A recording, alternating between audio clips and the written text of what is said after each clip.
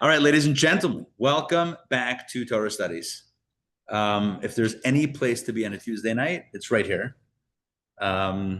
Because here is where we take a deep dive into the Torah portion. And we are going to do so through the lens of Rashi. That's been the theme of this year.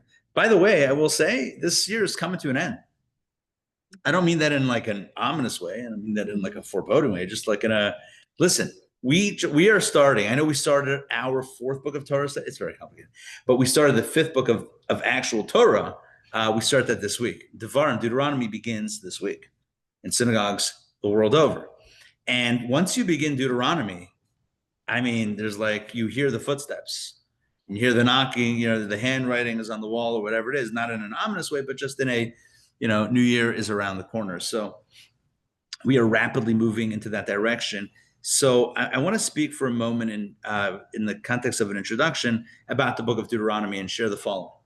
When I was a kid and we studied the book of Devarim, Deuteronomy, I remember this very clearly. I was a little bit lost. I didn't understand what was happening. And I think, looking back, there was a reason for this. It's because Devarim, Deuteronomy, is written in a very different style than the previous four books. Although Torah is not a classical history book, it does follow more or less along a chronological order.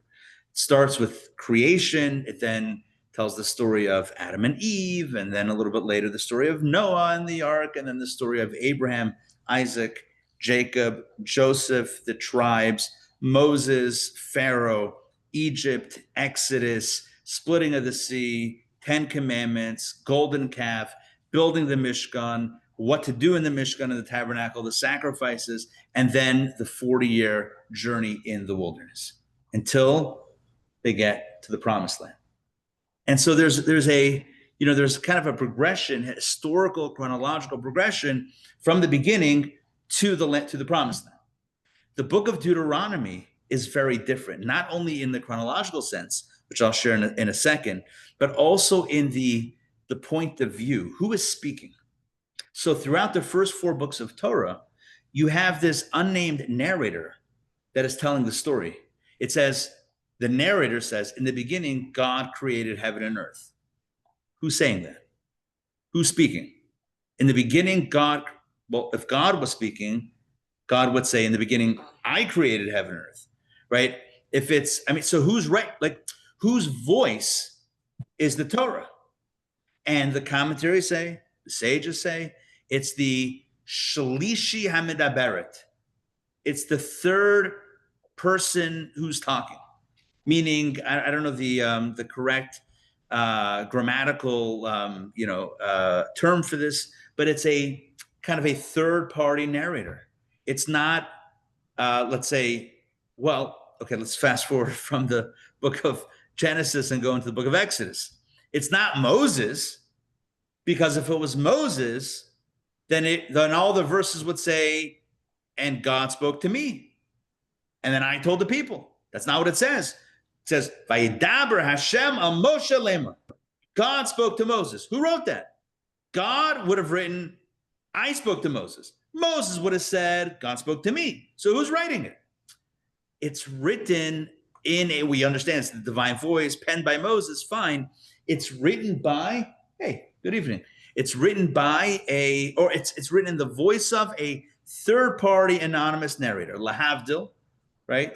To separate. You can read a novel, and sometimes the novel is written in first person, and sometimes it's written in third person. This is third person. Hey, good to see you. So Torah is written, the first four books of Torah are written in third person. Comes along the book of Deuteronomy, and after the first few verses, the whole point of view switches. Suddenly, it's Moses' own words. And Moses is speaking to the people. So the book of Deuteronomy, the entire book, fifth book of Torah, Devarim, spans 37 days. Good evening, good evening. It spans 37 days, the last 37 days of the life of Moshe Rabbeinu, Moses. It starts from Rosh Chodesh Shvat in the year 57, not 57, in the year 2488. Hey, good evening. Good evening. 2 in a row. Watch out. Good to see you guys. So the year Rosh Chodesh Shvat in the year 2488. And it concludes on the 7th day of Adar in 2488, which is 37 days later, a month and 7 days later. What happened on the 7th day of Shvat, you might ask? Moses died. That's his yard. That's the day that he passed away. Says the last 37 days of his life, every single day, they would gather together. The people would gather. Moses would speak to them words of encouragement, words of chizuk, of strength, words of tochacha, admonishment, or admonition, admonishment. All right, either way, words of hope, words of foreboding. And pretty much, if I had to summarize, if I had to do a TLDR of, here, Ramon, if I had to do a TLDR, a too long, didn't read, right, of Deuteronomy, I would say this. Moses, I don't know if the right word is warn, but I'm just going to use it. Moses warns the people, you got to be careful to behave properly, because if not, you're not going to last in the land, in the promised land. That's the entire book. He goes through the history and the mistakes that were made. He goes through the things that he goes through the history, the things that went bad, the things that went well. He warns them to be careful about coming into the land and you're going to encounter all these people that are worshiping foreign idols. Don't be like them. Destroy their altars, etc. He goes through all of the above. The bottom line is Moses knows that he's not going to go in with them. This is the last time he has an opportunity to set them straight, right? Imagine a parent, right? There was a professor, I think in Pittsburgh, I want to say, maybe a few years ago, several years ago, who knew he was passing away. Yes, yes. And he gave something like the last lecture, the final lecture, something like that. Right. He gave a talk. It's been published. You know what? It's a simple question. What would you say to someone you loved if you knew you didn't have that much time left? I love you. I love you. He says that also. He also says, be careful. Be very careful, lest you come in and be successful and forget how you got here in the first place. So much of the book of Devarim is about that warnings for the future, but it also talks about the past. So that's by way of introduction. That's the book in a nutshell. So what we're going to do tonight is we're going to look at the first, first 8 verses of the book. We're going to break it down and try to discover for ourselves what is the opening theme. The opening theme. I gave you the overall theme of the book, but what's the opening theme of Devarim? And then we're going to get into a Rashi or two and try to really break down and analyze it, and hopefully walk away with a message of inspiration. All right, so let's begin. David, I'll ask you to read in just a moment. Okay, I have this up here. And all right, David, please take it away. All right, this is the beginning of the book, chapter 1, verse 1. These are the words that Moshe spoke to all of Israel on the other side of the Jordan in the desert, in the plain opposite the Red Sea, between Paran and Tophel, and Laban and Chazerot, and Dizachab. Now, before you continue, I meant to give instructions. If this is my instruction, if you all don't mind, as David is reading this, try to pay attention and ask yourself the question, what is the theme that Moses is conveying? What's the theme that the Torah is teaching us? All right, so we just had the first verse. Please continue with the first 2 and the rest of it. It is 11 days' journey from Horeb by way of Mount Seir to Kadesh Barnea. It came to pass in the 40th year, in the 11th month, on the first of the month, that Moses spoke to the children of Israel according to all that the Lord had commanded him regarding them. And just pause for 1 second here. In the 40th year, that means 40 years after the Exodus, after the people became a people. So that's, again, the year 2488 of the Jewish years, because the Exodus happened in 248 plus 40 is 2488. 11th month is the month of Shvat. On the first of the month, that means Rosh Chodesh Shvat. So that's why I said 37 days of speaking to the people from Rosh Chodesh Shvat to the 7th of Adar, which is the next month. All right, please continue. After he had smitten Sihon, king of the Amorites, who dwelt in Heshbon, and Og, king of Bashan, who dwelt in Ashtaroth and Edrei. On the other side of the Jordan, in the land of Moab, Moses commenced and explained this law, saying, God spoke to us in Horeb, saying, you have dwelt long enough at this mountain. Turn and journey and come to the mountains of the Amorites and to all its neighboring places in the plain, on the mountain, and in the lowland, and in the south and by the seashore, the river of the Canaanites and the Lebanon, until the great river, the Euphrates River. See, I have set the land before you.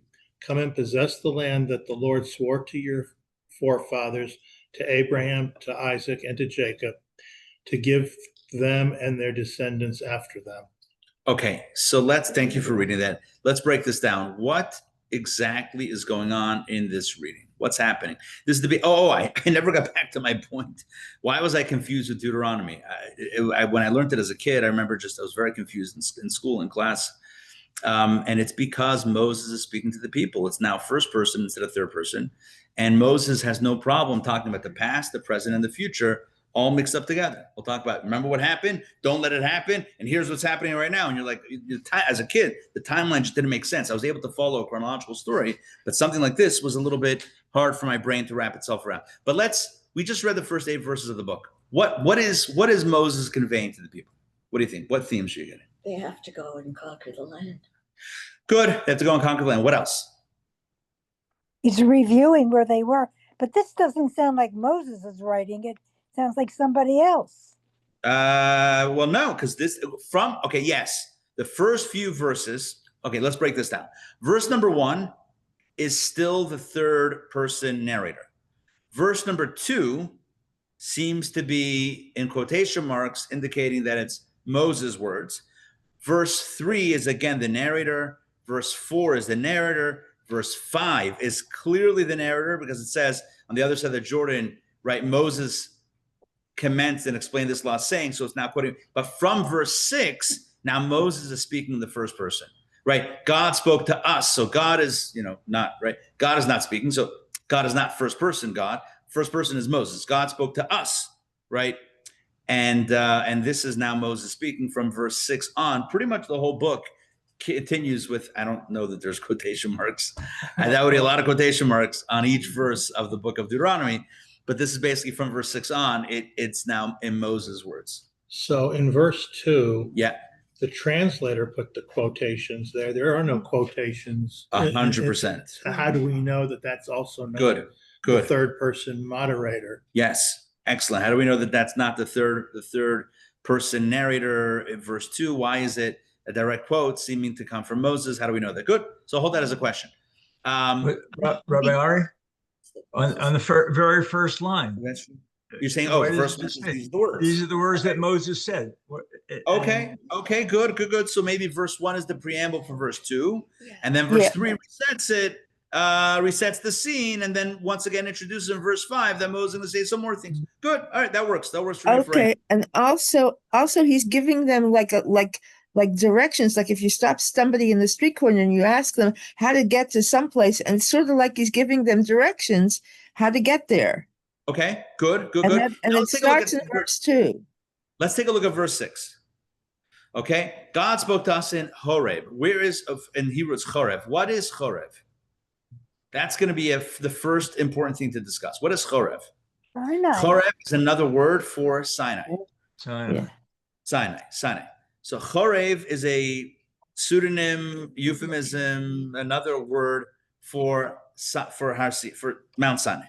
So Moses is now recalling what happened approximately 40 years prior. Actually, 39 years. God spoke to us in Horeb saying, you've dwelt long enough at this mountain. Which mountain? Mount Sinai. Good. And God said at that point, go. It's time to move. It's time to move where? It's time to go to the land of Israel, the promised land. That's number 7, turn and journey. Come to the mountain of the Amorites and the plains and the mountains, the land of the Canaanites, right? The land of the Canaanites, that is Eretz Canaan, which means the land, which would become the land of Israel. And then verse 8, see, I've set the land before you. Come and possess the land that was promised to Abraham, Isaac, and Jacob. Basically, it's time to go. This is not to be very clear here. I don't want you guys to have the same confusion that I had in 7th grade or 6th grade, whenever we learned it. Look, Moses is recalling a communication that God communicated with him or with the people 39 years prior. God says, time to go to the promised land. Moses will continue, because we cut it at verse 8, right? We cut it off.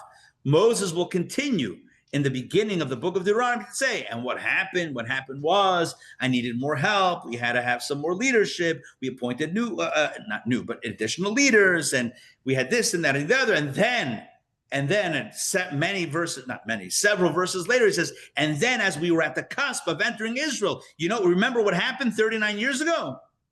You guys remember what happened 39 years prior to this communication? What happened? Y'all wanted me to send spies, and we sent spies. And remember what happened? We got stuck here for the last 4 years. That's the opening of the book of Deuteronomy. But this audience is different than the audience that was there These are the 39 kids. years These are ago. the kids. A lot of these weren't born. Yeah. These are the kids. Moses is saying, remember the story, not maybe firsthand, but remember this is our story, right? We live this story. Your parents live this story. Moses is saying the reason that they were stuck there is because he sent the spies? Yeah, they got the Bad report. they came back with a bad report, and they got the decree of 40 years of wandering, 39 years of wandering. Yeah. Now, so this is the opening narrative. Let's look. We're going to look at 2 Rashis. Rashi to verse number 2, which is just going to be helpful to explain verse 2, because remember that's the one that had the quotation marks around it. And then we're going to get into the real Rashi, to the main primary Rashi that we're going to analyze and think about today, which is going to be the one on verse number 6. But let's start with the one on verse number 2. All right, Dasi, if you don't mind, please read. 1 second. Please read text number 2. It is 11 days' journey from Horeb. Moses said to them, see what you caused. There is no shorter route from Horeb to Kadesh Barnea than the way through Mount Seir, and even that is a journey of 11 days. But you traversed it in 3 days. And to such an extent did the Shekhinah exert itself to hasten your arrival to the land of Canaan. But because you sinned, he made you travel around Mount Seir for 40 years. All right. Rashi explains verse 2 as the first, maybe not the first, but as an opportunity for Moses to point out the failure of the previous generation. How do you see that in verse 2? Hold it for 1 second. How do you see that in verse 2? So let's go back to verse 2. And let's read it with Rashi's commentary. Don't worry, I'll explain Rashi's commentary verbally, but look back at verse number 2. So again, the second verse in the book, right? Well, but the first verse says that Moses spoke these words to the people and then gives the location.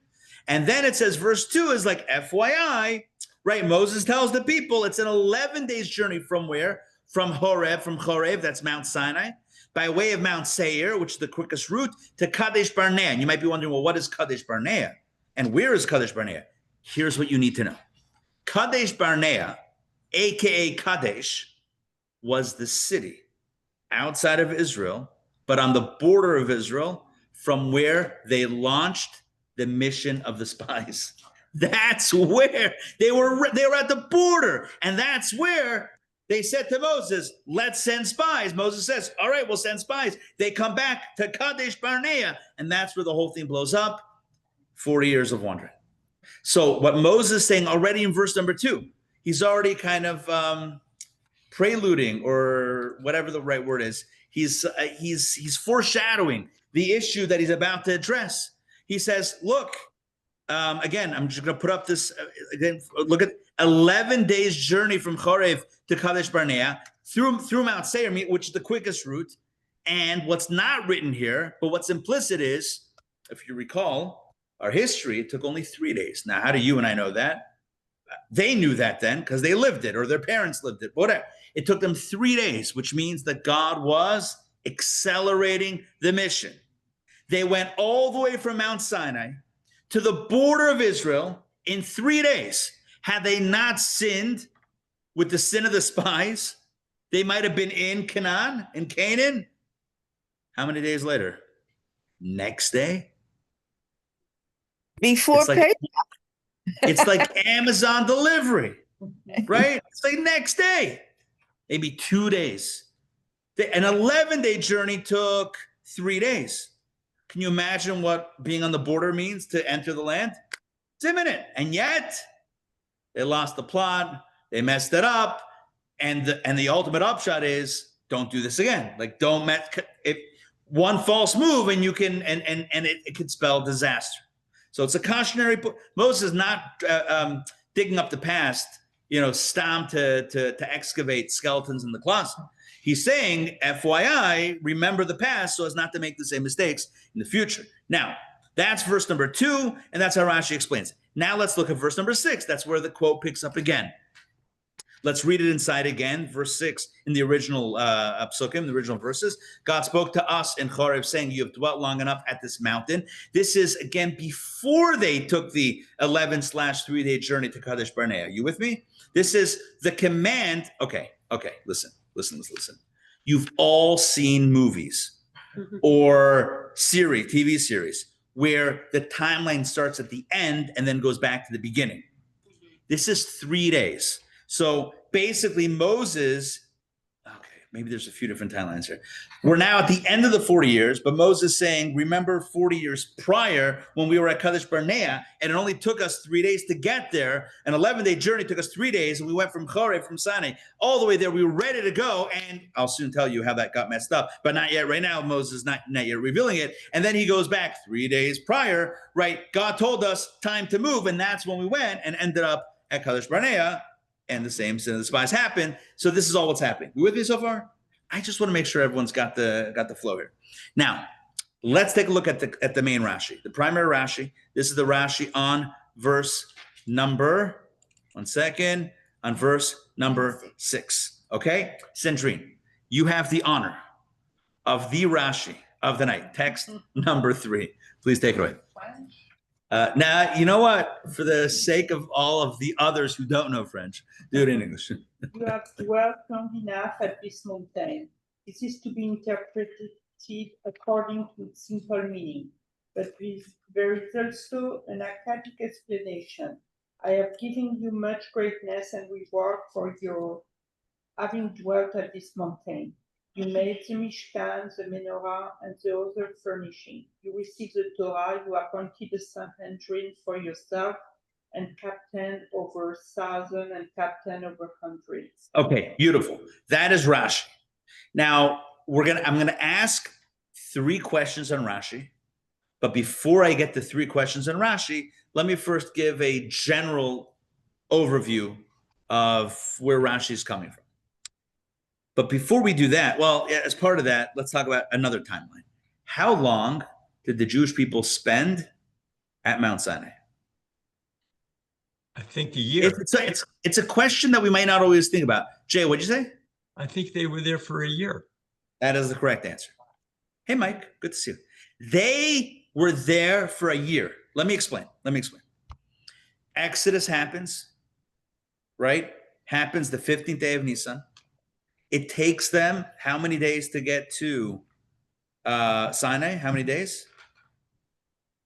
49 days, right? 7 weeks, 7 times, right? 7 times 7, 49 days. Day number 50 after the Exodus. So that's what? That's under 2 months later, right? Under 2 months later, beginning of the month of Sivan is when they get the Torah. Moses goes up the mountain, comes down 40 days later, 40 days later, golden calf.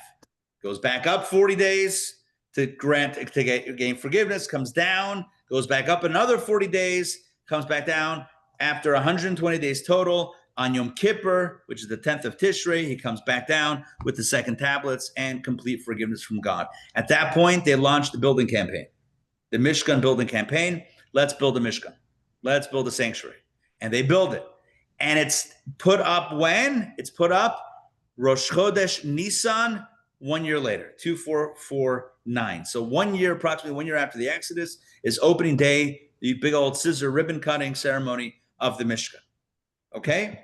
Which means, and then they stayed there for a little bit, getting the Mishkan up and running until God, as we read over here, God says, you spent long enough over here, time to go. And then they made a beeline for Kadesh Barnea, 11-day journey in 3 days, timeline. So how long did they spend? I believe the number is, I think it's like something like 343 days or something like that, 340 something days, right under a year, right? They spent at Mount Sinai.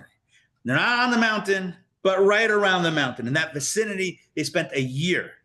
Now, with that in mind, let's look back at Rashi, okay? Essentially, already read Rashi, but let's look back at Rashi. Rashi gives two interpretations of Rav Lachem Shevet. So, verse number 6 is where Moses is recalling that God said to us, you've been here long enough. It's time to go toward the promised land. Rashi has two interpretations, Rav Lachem Shevet. Number 1, Kipshuto. I'm going to read the Hebrew. He quotes the words, Rav Lachem Shevet, and in Hebrew he writes, Kipshuto.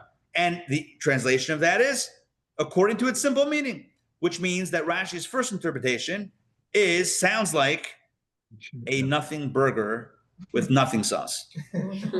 Right? Right, with a side of nothing. I don't mean to be mean. Because it's the 9 days. Right. It is the 9 days. Can't have beef, right? So, right, Rashi says, what does Rav Lachem Shevet mean? Kipshuto, the way it sounds. Hello, Rashi, how are you? Okay, one second. Let's pause here for a moment. If the explanation is so obvious that you don't need to eat, that Rashi doesn't even have to say it, so why does he have to say that it's so obvious that he doesn't need to say it? Let him just not say it. Are you with me on that? Okay.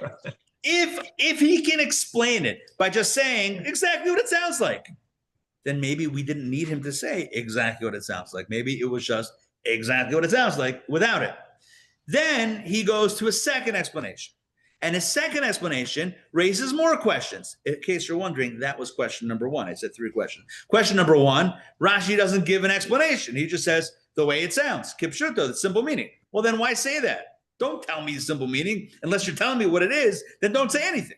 Number 1, it's almost like if you have nothing, like just paraphrasing what our moms used to say, if you have nothing commentarial to say, don't say anything at all. Don't say Kipshuto. I don't need you to say that. I could say that. And then, furthermore, Rashi then moves on to a second explanation. But there's also an Agadic explanation. Now, Agadic means from the Medrash. And if you look in the Hebrew, Yes Midrash Agada. There's a Medrash on it. Now, that itself raises all sorts of flares and flags and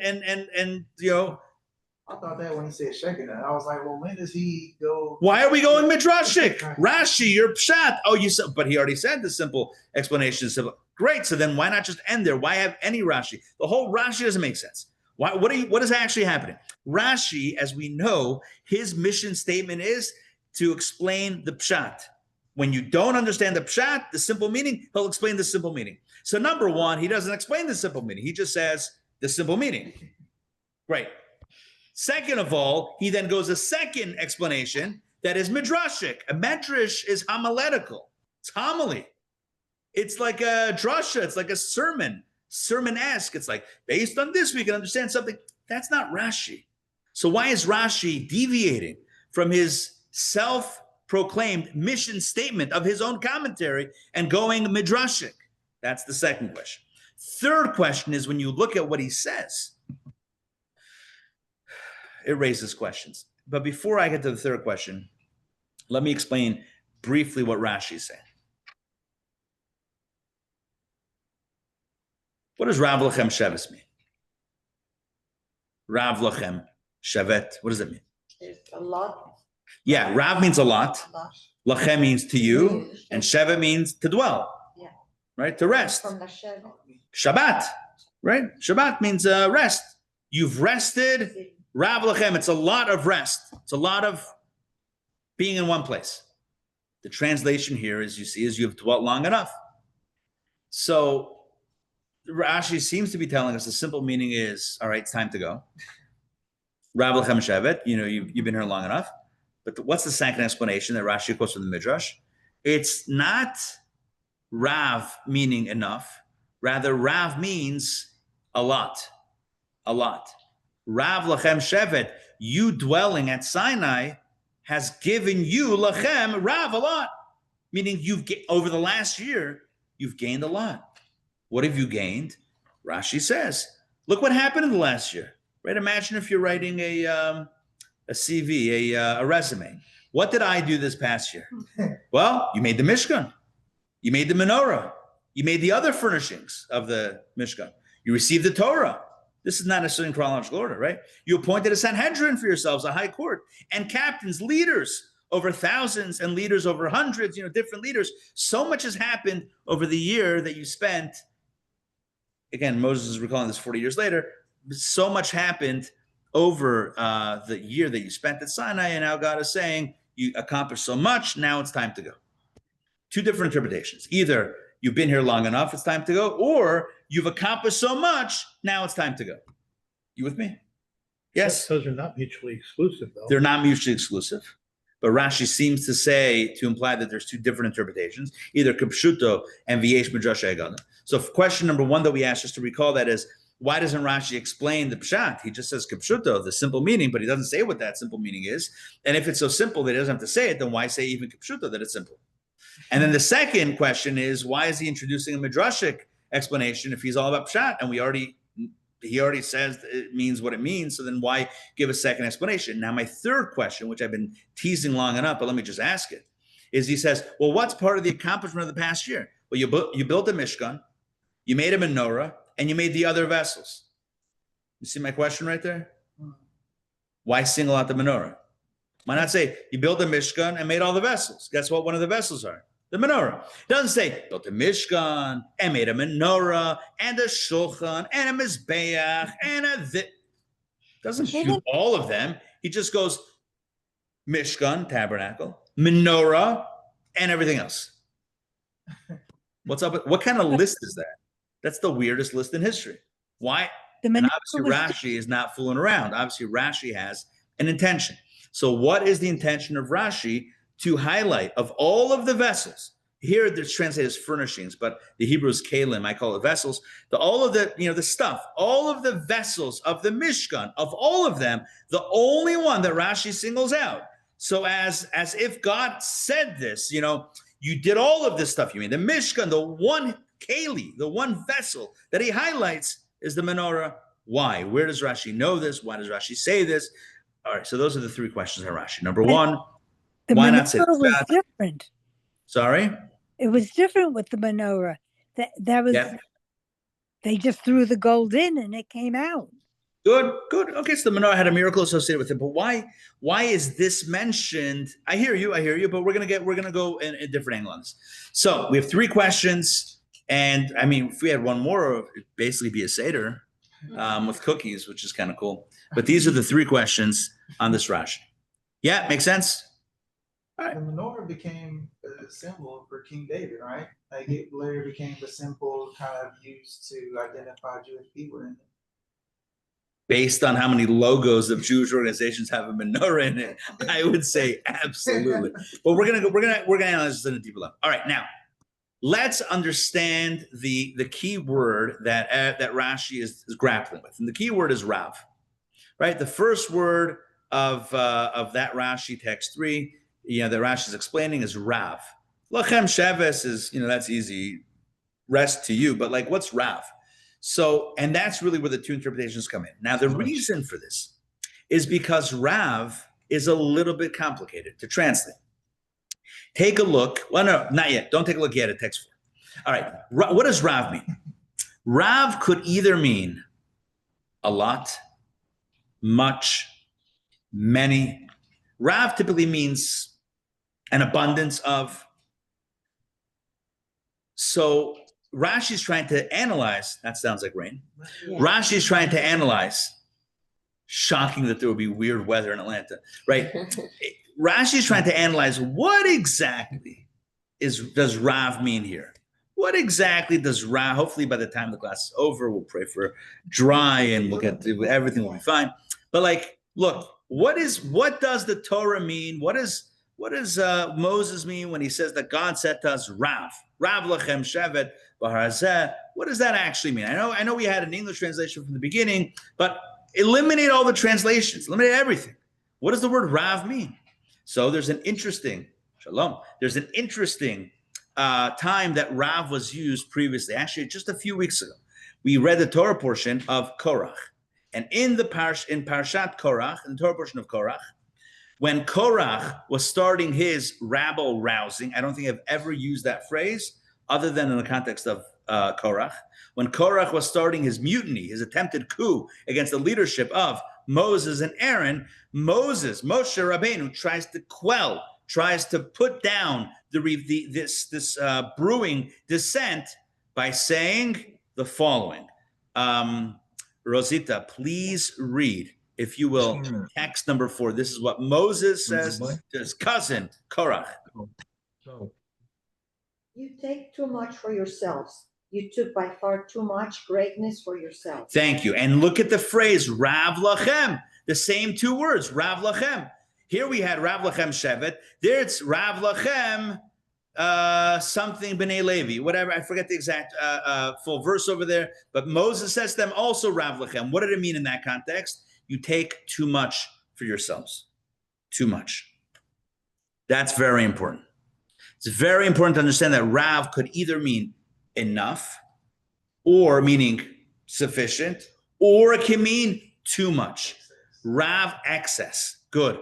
Rav could either mean a lot to the point of being filled to capacity, or it can mean too much to the point that it's now going to be destructive. When Moses uses this in the context of his conversation with Korach, with cousin Korach, right? What does he say? Rav lachem b'nei Levi.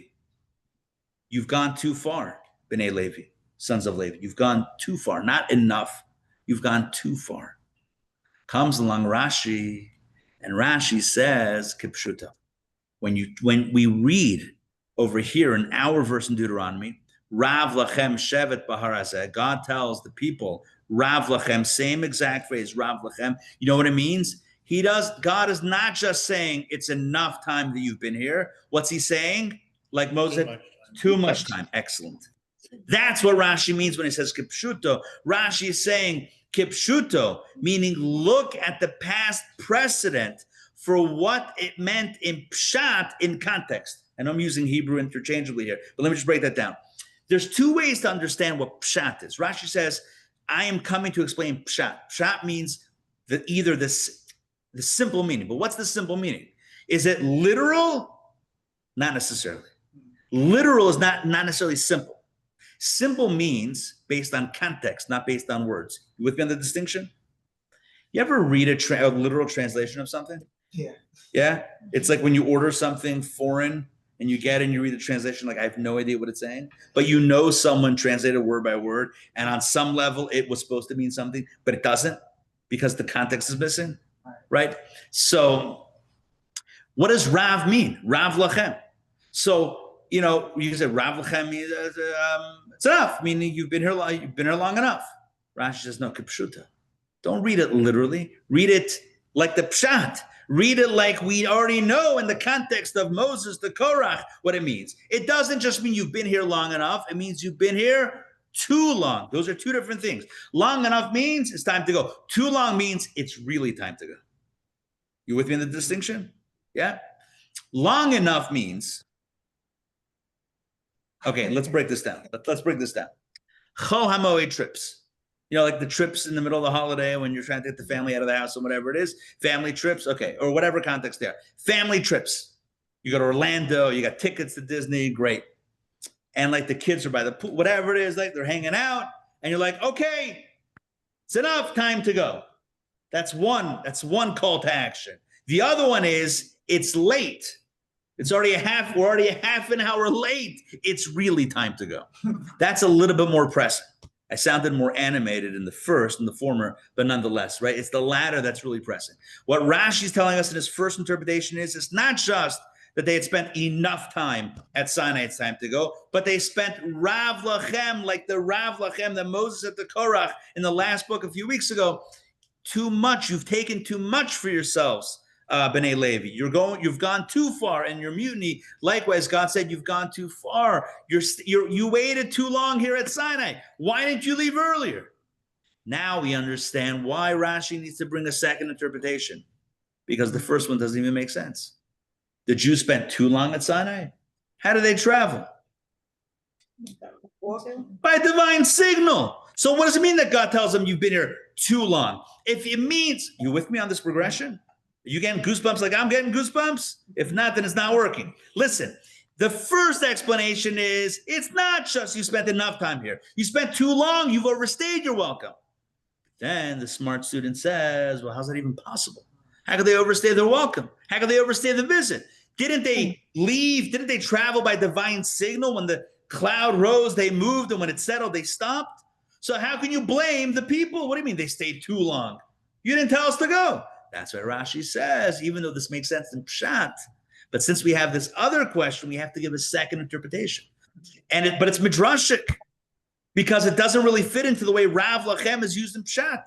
It's midrashic that Rav Lachem suddenly doesn't mean it's neither it's enough nor it's too much. Rav here means something else. You've accomplished great things here, my lads, right? You've accomplished great things here. Look what you've done at Sinai. Wow. You built a Mishkan, you built a menorah, you built the vessels, you got the Torah, you appointed a Sanhedrin and leadership. Wow. Now it's time to go. That's not Pshat. Rav Lachem. Never in Torah is Rav Lachem used as a 2 thumbs up. Siskel and Ebert, 2 thumbs up. Never. Rav Lachem was always Rav Lachem. Whoa, my screen got weird. Sorry about that. Rav Lachem was always used as a finger at Rav Lachem. Oh, Rav Lachem. Suddenly here, Rav Lachem is Rav Lachem. Since when? That's why it's the second interpretation. That's why he brings a second. But he has to bring a second interpretation, because the first one, that's the finger wagging. You stayed here too long. That also doesn't make 100% sense. Too long? You could have told us to leave last month. Why don't you tell us to leave? How are we supposed to know? It reminds me of like 2 things. One being like a basic level, like too much of a good thing. Yeah. But also when you take what Rashi said, it's like, look at all these things you did. It reminds me of like a video game, and like let's say like the video game enemy are like level 10, and like you started out like level 1, but like now you're level 30. It's like you should probably leave. Like there's kind of nothing else for you to do. Right. What are you doing? Right. You already beat the game. Do other stuff. It's time to move on. Good. So does everyone understand the progression in Rashi? Basically, there's 3 meanings of the word Rav. Rav could either mean enough. The literal meaning of Rav is enough, meaning full, but that doesn't work. That's out, because what does that mean? So rather, first interpretation of Rashi is that Rav means you stayed here too long, you've overstayed your welcome. To which Rashi internally is like, overstayed the welcome, so I mean, who are you blaming? Who could have lifted the cloud and they would have moved? So then Rashi says, okay, second meaning is you didn't overstay your welcome. On the contrary, Rav Lachem means you did great here. You accomplished so much. Rav Lachem, it's amazing. You did immense, incredible things. Now it's time to go. Those are the 2 interpretations of Rashi. Now, all of this I said outside, meaning we didn't read the text about this. We're about to read some text just so it's supported by the text, right? Letters make us smart, so if you see it inside, we become wise by reading the words inside. So that's what we're going to do now.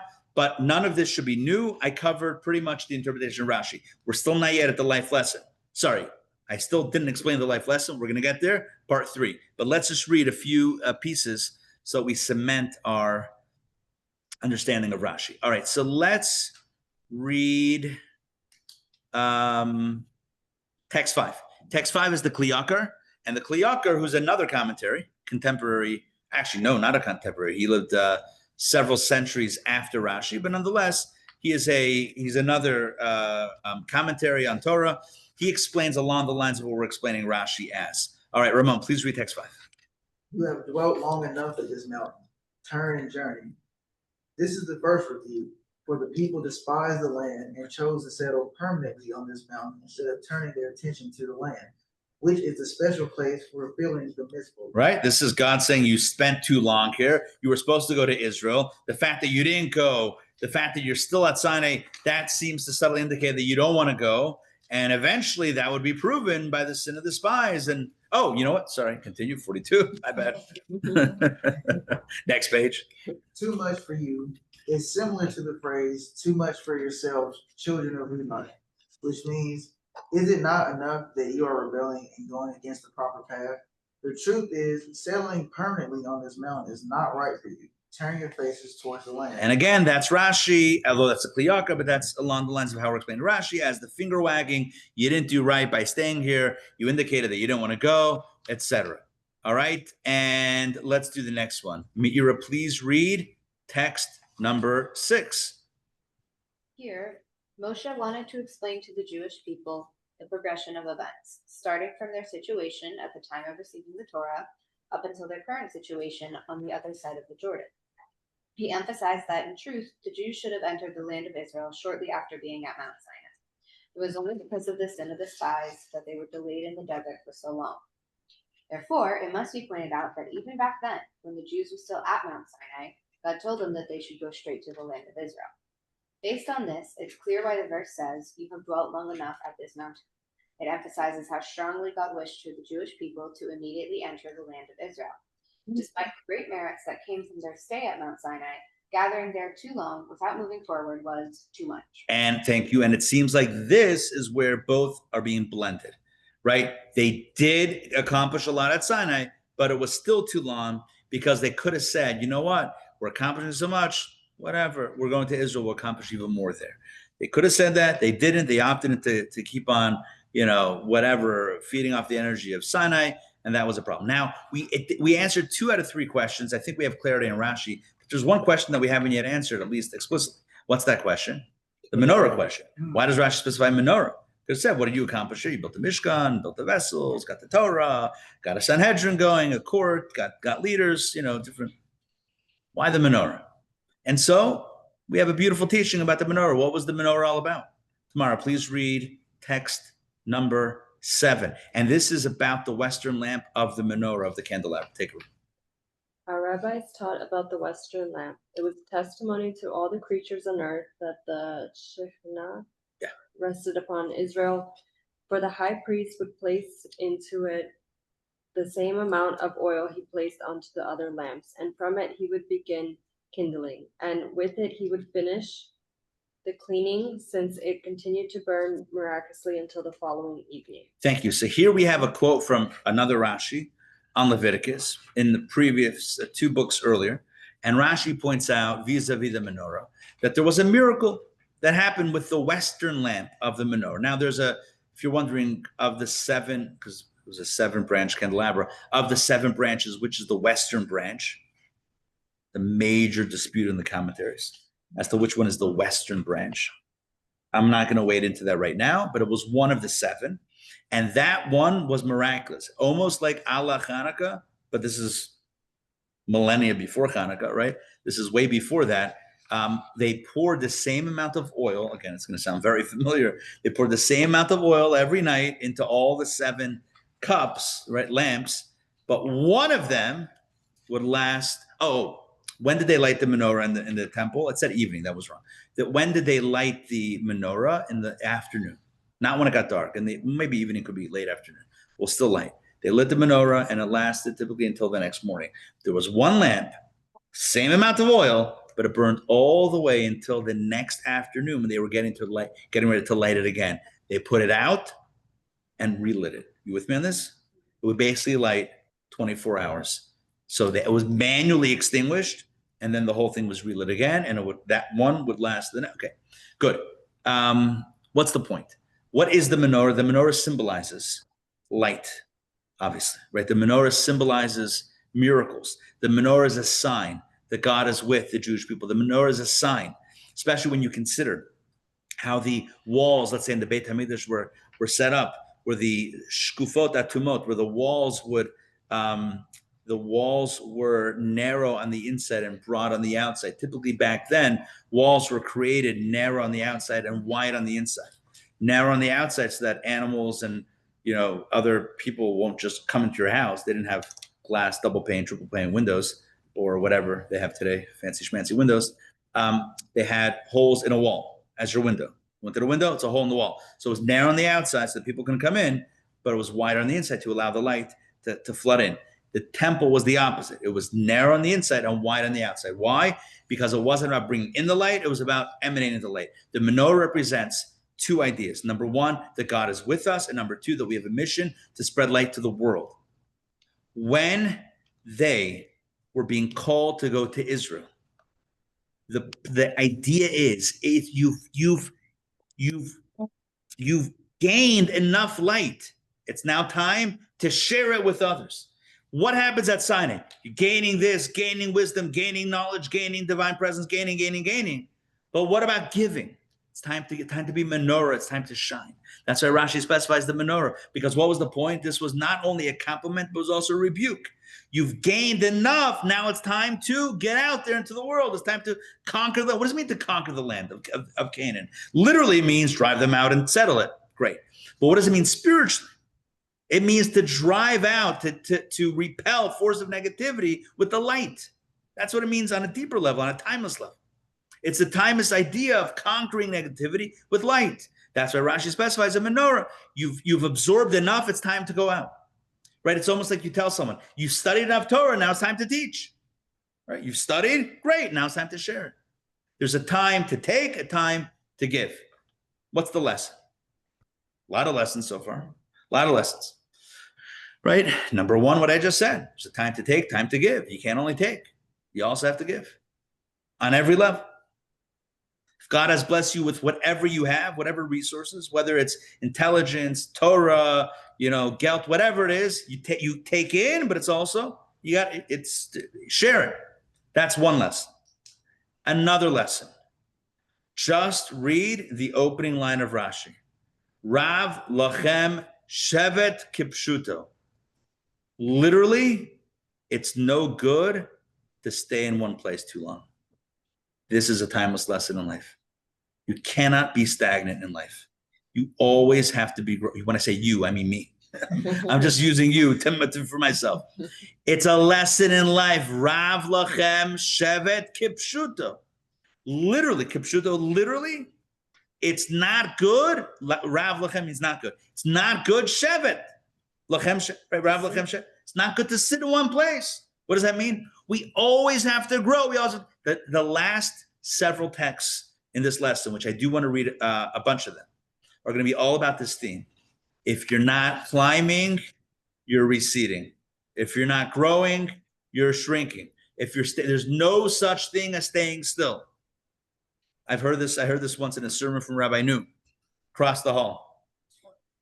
The Mizbeach, the altar, and the Mishkan and the temple was built with a ramp, no steps to the altar. Had to be a ramp.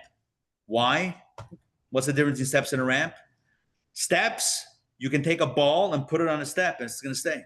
In fact, I've done many a slinky where it stops in the middle. I want a refund. I had a slinky. It's supposed to cascade. Then it stops halfway down. I bought a slinky or two for my kids. Check it out. Watch this. It stops. They're like, Dad, are you done yet? Are we good? Like, your experiment didn't work. I'm like, slinky. Steps. You could stay still. Nothing's going to happen. A ramp. You ever try to put a ball on a ramp in the middle? See what's going to happen. You ready? You know what's going to happen? Slide down. You know why? If it's not moving up, it's going to move down. Life is like a box of chocolates and like a ramp. If you're not going up, then you're going down. There's no such thing as I'm comfortable where I am. Rav lachem shevet kipshuto. Literally, if you're content where you are, it's a disaster. You might be in a great place, but if you're content, not going to work out. It's not going to be good. Take a look. Toba, please read. Let's do the first of the series of texts. I know we're 2 minutes past the time. Give me another 2.5 minutes. Text number 8 from the Rebbe. A Jew must understand that a state of sitting, staying in one place, remaining on the same level and serving God, and not progressing or striving higher, is enough for you, in its simplest meaning, too much. No matter how good and high one's level of service may be, staying in that same place for too long is giving up too much time. A person must be on a journey, constantly striving and moving higher, ascending in holiness. Thank you. And this translation of too much just doesn't work in English. I don't know why they translate it like that. Too much doesn't mean too much. It means no good, right? No good. Staying in one place, sitting in one place, resting in one place is no good. And look at the second paragraph. No matter how good and high one's level of service may be. We're not talking about someone who's at the bottom of the rung. We're talking about someone who accomplished great things. But guess what? If you're not pushing, if you're not pressing, you know what you're doing? You're backsliding.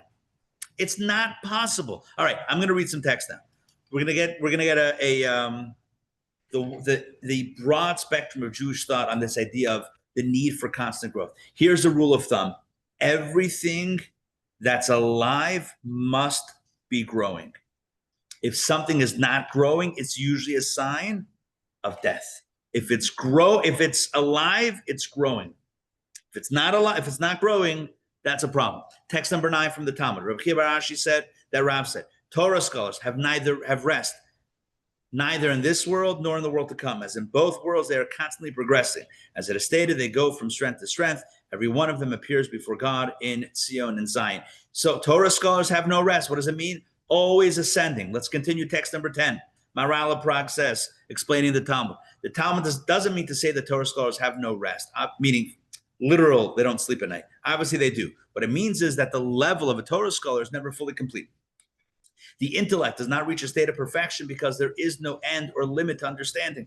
Once a person grasps one thing, it's always possible to understand more, and therefore the intellect never reaches completion. Can you ever say that you fully understand something?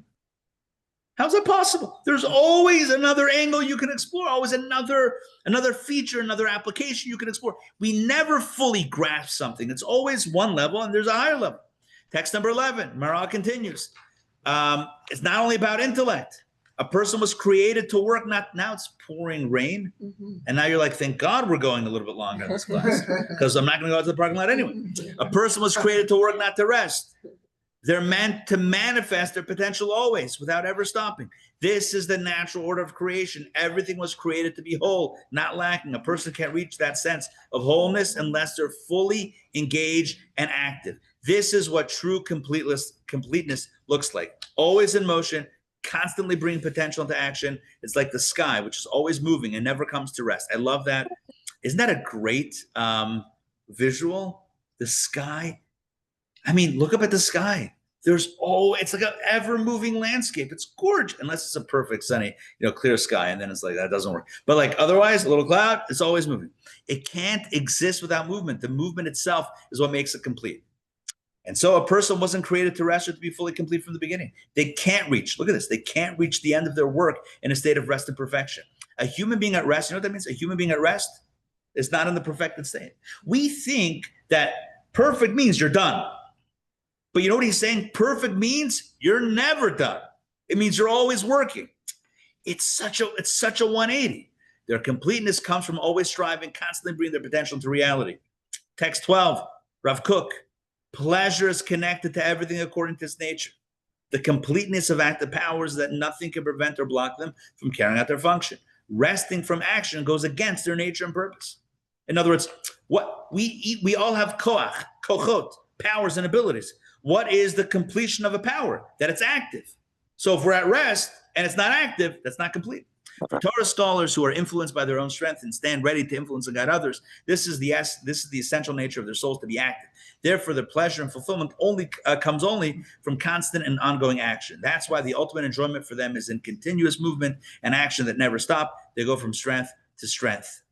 Wow, let's do the Vilna Gaon. A person is called a mahalech, a mover, because they must always move from one level to the next. If they don't keep rising, they will fall. That's what I said before. If you're not going up, you're going down, heaven forbid, because it's impossible to stay on one level forever. It's not possible. Yeah. Okay. I'm not going to stop now. 2 more. 14a, 14b. Quickly. A person, this is from the Panim Yafa. A person is called a mover, mahalech, as the verse says in Zechariah, and I've given you a mover among those who stand. I'm not sure who translated that, but wow. Basically, God says, or the prophet says, I've given you humans movement amongst those who are stationary, meaning humans move, angels don't. It also says, the path of life is upward for the wise to turn away from the grave below.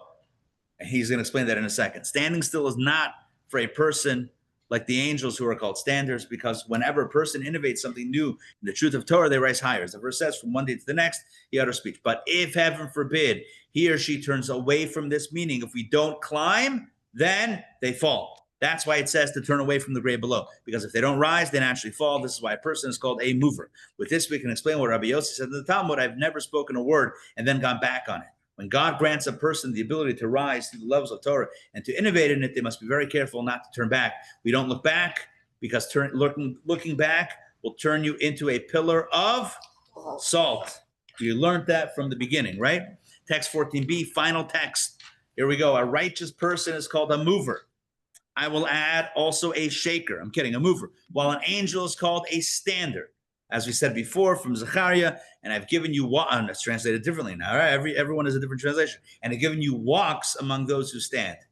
Man, these translations, remember I talked about literal translations that sound like, who translated that? Here we go. I've given you walks among those who stand.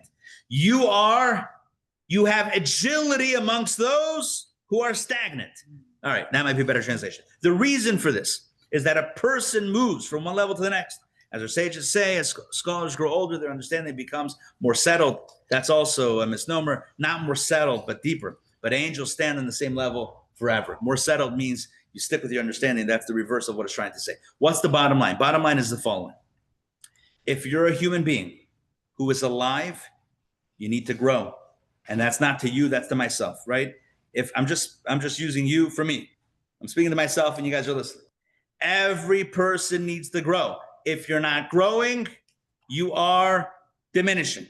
If you're not growing, if you're not accomplishing, if you're not achieving, then you're backsliding. We always have to challenge ourselves, push ourselves further. If it's good today, it's got to be better tomorrow. I once read an article. Never forget this. The article was a very fascinating article. This guy went and interviewed all these leaders of faith that got embroiled in the worst scandals. Trying to figure out how someone goes from a position of leadership, religious leadership, to a place of, scandal and embarrassment. What happened? And one of the conclusions that this guy figured out, because he asked some questions, every single one of these people stopped praying. They were the clergy, they were the religious. They stopped. I don't mean they didn't stand there with the book. They stopped really praying. They stopped really speaking to God, authentically opening their hearts and being vulnerable. If we're not growing, there's only one direction we're going. If we're not open, if we're not genuine, if we're not authentic, if we're not vulnerable, if we're not striving for something deeper, better, then we're going to fall back. At any moment, if a person feels like, I've made it, I'm at the top, everyone's looking up to me, I'm good. The moment that's the mindset, little Wile E. Coyote or Roadrunner, whatever it was, off the cliff. They seem to be talking a lot. Scholars. Yeah, because the original. Yeah. Good point. The reason why scholars, because the original context from the Talmud is scholars have no rest. They're always going from strength to strength. So the original quote was about scholars. But we're all Torah scholars. Come on. Right? It means we're expanding it beyond the literal Talmud Chacham, original, context. Plus, we're all studying Torah literally right now. And the message for us is, it's not only in scholarship they have to push ourselves, it's in life, it's in spirituality, it's in relationships, anything. The moment a person feels like, I'm good, that's not good. If you're good, now it's Erish not good. Now it starts becoming not good. You gotta be hungry. You gotta be striving. I mean, challenge. All right, that's the story for tonight. So what's the moral of the story? Rav Lechem Shevet Kipshuta, Rashi says. Staying in one place too long is just not good. It's simply not good. That's Rashi. That's life. L'chaim. Thank you for joining me tonight. Hope it made sense. Thank Great to see you all. We have rafts to get down the driveway. We need 6 per raft to paddle. It's a level 1 rapids. I'm sure it's not going to last too long. I'm sure it'll be just a few minutes, and then it's going to be for a while to midnight. Well, what's midnight amongst friends? Is that thunderstorms behind you? I see it's lightning behind you every There's a time you dark make a storm right now. point. There's a Choo! way to make lightning on Apple. Who knows how to do that? There's some hand signals that you can do. Oh, What is it? Which one is it? Is it this? What is that? Victory? yeah, That's like No, that's confetti. That's confetti. Thumbs up. it goes again. Fireworks. Okay, which one is Whoa. is it okay, Isabel? There's one that's thunder and He lightning. did that and it started thinking. Oh no. Oh, it doesn't work on the screen. It works in real life. Oh no. Gotta stop doing that. All right, whatever. Doreen, you had a question. I think. Maybe not. All right. Fine. Any questions, comments? Make Great sense? class. Well, Thank you very much, Jay. It was So fun. this is Fun. so No let me jokes ask- tonight. What's going on? lose it. Hold on 1 second. What's it? It's like the gym. If you stop going, you Oh, you lose it's it. like going to the gym, right? Yeah. I have extensive experience. Now, Apple Lightning. Okay, here, let's see. So that's while you're doing that, I just want to ask a question, Ari. Yes, So when we do Yisker and we ask Yes. for so we ask for the we do this for the soul of the loved one to ascend every time we Yes. So that's Oh, very good. Let's conclude with this. So how do we create how do we give an ambulant, I think that's the right word, spirit to those who have passed on? When they can't move, they can't grow, they can't push themselves. We can. By what we do in their merit, that gives them that push, that we propel them forward. That's the greatest gift we can do to those who have passed on, because otherwise they would be static. Whatever they did, and they can't do anymore. And so it's kind of like that's where their life's mission ended. But when we do for them, that lifts them up in a way that's exponential. When it comes And Aliyah for to their neshama. say it again. And Aliyah for their neshama. Yeah. When it comes to a parent, you don't even have to have in mind that it's for them. Automatically, every mitzvah we do is attributed to our parents. Automatically. For someone else that's not a parent, you have to have it in mind for them, that I'm doing it for them. Okay? It's fine. So you can do it for someone in their merit, tzedakah, Torah learning, Mishnah, whatever it is, in the merit of someone you do. Parents, you don't even have to have a special dedication. Just do the mitzvah and it's automatically tax. Sounds the same. A credit. Tact. All right. Tacked on. Tact. Yeah. All right. Good. Close it out. Let me just think of what's happening. Okay. Let me mention this. I don't think have I talked about the boxing class? Yeah. Yes. I did mention the boxing class. Okay. In August, which is coming up very soon, they have a boxing class. 3 boxing, literally. Yeah. Not like Boxing Day, which is about like returning stuff. No, there's actual boxing class, self-defense, boxing, exercise, 3-time world champion boxer and Olympian boxer, Zahir King Rahim. He's coming here. He's going to teach a 3-part series. He's not Jewish, but he will be. He shops at Lenox Square. Huh? He shops at Lenox Square. No, that was a different Wait, guy. he's No, that was Marcelo Zuna. That was a Braves guy. Oh, It's somebody else. He's teaching on self-defense. Yeah, Oh. literally. Oh, Yeah, okay. well, we'll do it in the social. Yeah, men and women Cool. are invited. So that's coming up in August. We also have an email is please God going to go out. I know I keep on talking about it, but hopefully my plan is not hopefully. That sounds too weak. The plan is tomorrow the email will go out. There's just a lot of technical back-end stuff on this one. Retreat in the mountains, community retreat in the mountains, October 31st, November 1st, November 2nd, 2 nights, 3 days, beautiful accommodations, fresh air, luxury food. We have top food coming in, programs, speakers, a concert, kids program for the kids, adult program for the adults. It's going to be fantabulous, which is not even a word. Join us. It's Clayton, Georgia. Yeah, Camp Vermont. Costumes? Huh? Costumes? No costumes. Halloween. Yeah. Oh, yeah. I love it. I thought you were alluding to the Purim murder mystery. No, right. No. Well, yeah, you can come in costume. 31st. Halloween. Trick or treat. Absolutely. We can do that in the mountains. Is there a community there? Is there like a mountain community now? There's like in the mountains in Georgia. They Near. Oh, yeah. It's near. I don't know. It's Camp Vermont. Is there a community? I don't know if there's a community there. Camp Vermont. Ari, do I fly into Atlanta or a different city? That's the question. I'm not sure. It's not so far from Atlanta. No, it's like a little less than Depends how long you want to be with your son. Exactly. Yeah, I think it's like less than, it's under 2 hours. Yeah, not too far. All right, that's all the news for the print. Hopefully now it's slows down. Raining. Okay. Thank you very much. In the Chumash, Yes. Rav is abundance. Yes.